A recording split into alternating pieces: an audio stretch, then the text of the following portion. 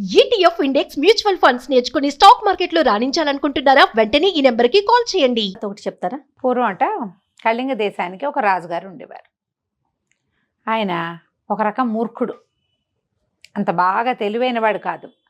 మనం ఏదైనా ఒక వాక్యం మాట్లాడితే ఆయనకి ద్వితీయార్థమే అర్థమవుతుంది అనమాట. ఆయనకి ఏది సరాసరి వాక్యాలు తీసుకోడు ఆయన. ఆయనకి ఇద్దరు మంత్రులు ఉండేవాళ్ళట, రంజనుడు భంజనుడు అని.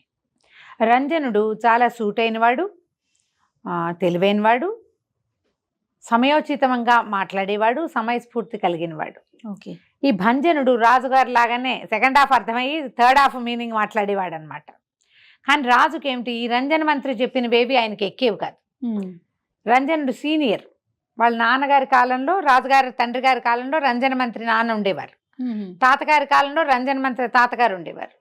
సీనియారిటీ తర్వాత ఏమో ఒక రకమైన నెపోటిజం వర్కౌట్ అయ్యి ఆయన ఉన్నాడు అనమాట, రాజుగా మంత్రిగా ఉన్నాడు.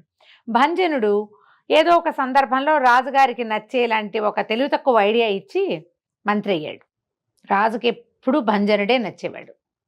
ప్రజలంతా అనుకునేవాళ్ళు, ఈ భంజన మంత్రి ఏనాడు పోతాడు, వాడు చెప్పిన పిచ్చి ఐడియాలన్నీ, ఆయన గారు ఇచ్చినటువంటి ఏమనాలి తింగర సలహాలతోటి రాజుగారు అన్ని తెలివి తక్కువ పనులు చేస్తున్నాడు. రంజనుడు మంచివాడు, పైగా ఆయనకి అనుభవం ఎక్కువ, వాళ్ళ నాన్న తాత కూడా రాజ్యక్షేమం కోరిన వాళ్ళు అని అనిపించేది. ఈ భంజనుడి పీడ ఎట్టా విరగడ చేసుకోవాలో తెలియదు వాళ్ళకి. భంజనుడు లేడనుకో, ఐడియా ఇచ్చేవాళ్ళు లేక నచ్చినా నచ్చకపోయినా పెద్ద మంత్రి చెప్పింది వింటాడు రాజు ఎంతో కొంత. ఈ భంజనుడు వచ్చాక ఆయన మరీ తెలివి తక్కువ ఐడియాలు. రథం వెళ్తుంటే దారిలో చెట్లు అడ్డం వస్తే చెట్లు కొట్టేయటం. ఆ చెట్లు ఎప్పుడో 50 సంవత్సరాల క్రితం పాతి పెట్టిన చెట్లు రోడ్డంతా ఉంటే ముందు కొట్టించుకుంటారు, కానీ చెట్టే కొట్టించేసుకుంటారు. అదే కదా. ముందు రంజనుడు ఏం చెప్పాడట, ఈ రథాలకు అడ్డొస్తున్నాయి, ఏమంటారు మనకు కూడా ఇప్పుడు కరెంట్ వాళ్ళు ట్రిమ్ చేస్తారు, ట్రిమ్ చేయండి, ఇట్లా మీదకి వచ్చిన వాటిని పక్కకి తొలగిస్తే రథాలు వెళ్ళడానికి సులువుగా ఉంటుంది అని ఆయన చెప్తే, అంటే ఇవాళ కొట్టించాం రేపు పెరగవా, మళ్ళీ వర్షాకాలం వస్తే పెరుగుతాయి కదా, అసలు చెట్లే తీసేస్తే సరిపోతుంది అని చెట్లు కొట్టించే కార్యక్రమం పెట్టించారు. రాచబాటలన్నీ చెట్లు లేకుండా అయిపోయినాయి. మళ్ళీ ఏనాటికి అంత మహావృక్షాలు వస్తాయి? ఇలాంటి ఆలోచనలు అన్నమాట, ఐడియాలు ఇలాంటివి. ఎట్లాగైనా ఈ భంజనుడిని తప్పించుకోవాలని ఉండేది ప్రజలకి. ఏ తెలివి తక్కువ ఐడియా అయినా అది ఎవరిచ్చారో తెలిసిపోయేది. రాజుగారు ఏ ప్లాన్ చేసినా రంజనుడి చెప్పింది ఏమిటి, భంజనుడు చెప్పింది ఏమిటి ప్రజలకు అర్థమయ్యేది. ఈ ప్రజల్లో ఒక తెలివైన కుర్రవాడు ఒకడున్నాడు. వాడెంత కాలంగానో ఈ రాజ్యంలో ఉన్నారు వాళ్ళు, తాతల కాలం నుంచి ఇక్కడే ఉండి ఈ రాజుల వల్ల కొంత సహాయం పొందిన వాళ్ళు కూడా. ఆ కుటుంబాల్లో గవాక్షుడు అని ఒక కుర్రాడు. వీడు మంచి తెలివి గలవాడు. వాడు ఏం చేశాడంటే, ఒకరోజు ఒక రచ్చబండ దగ్గర కూర్చుని, నేను యువరాణిని పెళ్లి చేసుకున్నట్టు నాకు కల వచ్చింది అని చెప్పాడు. యువరాణితో ఎంత అంగరంగ వైభవంగా తన పెళ్ళి అయిందో కల్లో చెప్పాడు. అలాగా అన్నారంతా. ఈ రచ్చబండ మీద నుంచి ఇళ్ళకెళ్ళిన వాళ్ళంతా ఇంట్లో వాళ్ళకి చెప్పారు, ఆ గవాక్షుడు లేడు, ఫలానా వాళ్ళ అబ్బాయి, వాడికి రాజకుమార్తెతో పెళ్ళైంది. పెళ్ళి అంటే అలాగానే వాడికి కల వచ్చిందిట. 3వ రోజుకి అది రాజప్రాసాదంలోకి వెళ్ళిపోయింది.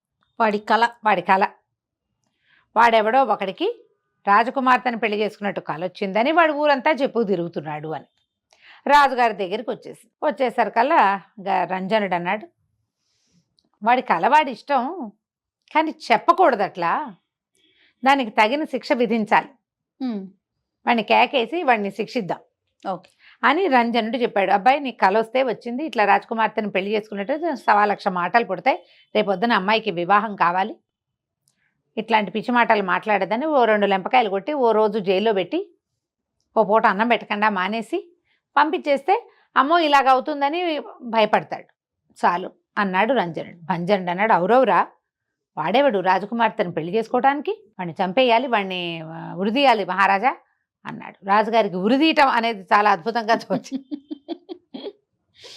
గవాక్షుడిని పిలిపించారు. గవాక్షుడిని పిలిపించి, ఏమిరా నాయన నీ సంగతి అంటే, అయ్యో అలా కాదండి, నేను రాజకుమార్తె చెప్పులు తుడడానికి కూడా పనికిరాని వాడిని నాకు తెలుసండి, కానీ నాకు వచ్చిన కల్లో ఎంత విచిత్రమైన విషయం వచ్చిందో తెలియదు మహారాజా మీకు అన్నాడు. మహారాజు అన్నాడు, అంత విచిత్రం అయితే తెలుసుకోవాలిగా, ఏమొచ్చినా సరే నువ్వు చెప్పకూడదని 2 చెంపకాయలు కొడితే సరిపోతుంది. వాడికి చెంపకాయలు కొట్టే ఉద్దేశంలో లేడు, ఆయన ఉరిదీయాలి.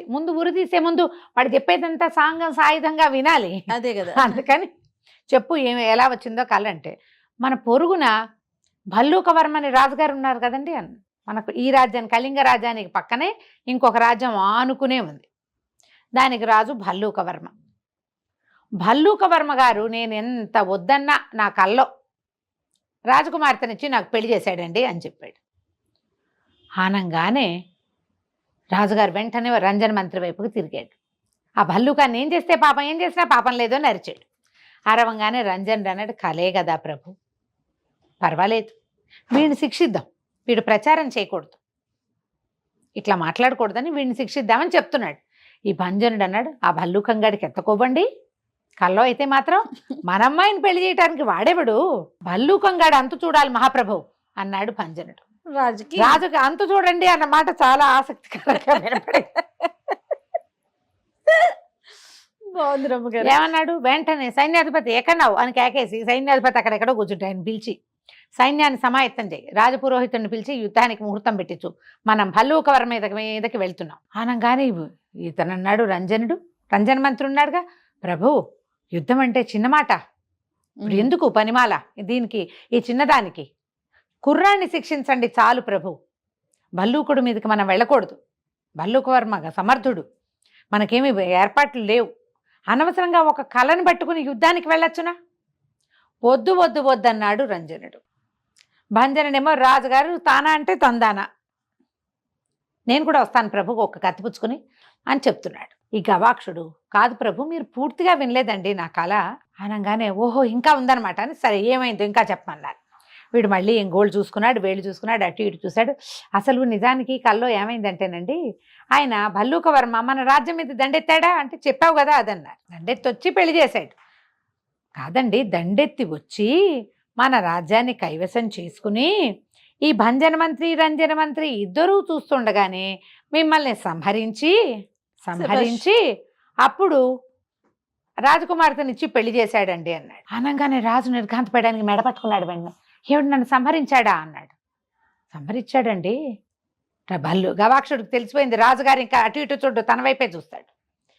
మన రంజన మంత్రి భంజన మంత్రి ఇద్దరూ చూస్తుండగానే మిమ్మల్ని సంహరించాడు కదండి. సంహరించగానే మన రంజన మంత్రి గారు, నా రాజు లేని జీవితం నాకెందుకు, తరతరాల వెంబడి సేవిస్తున్నామని ఆయనకి ఇది ఉంటుంది, దట్టిలో పచ్చల పిడిబాకు.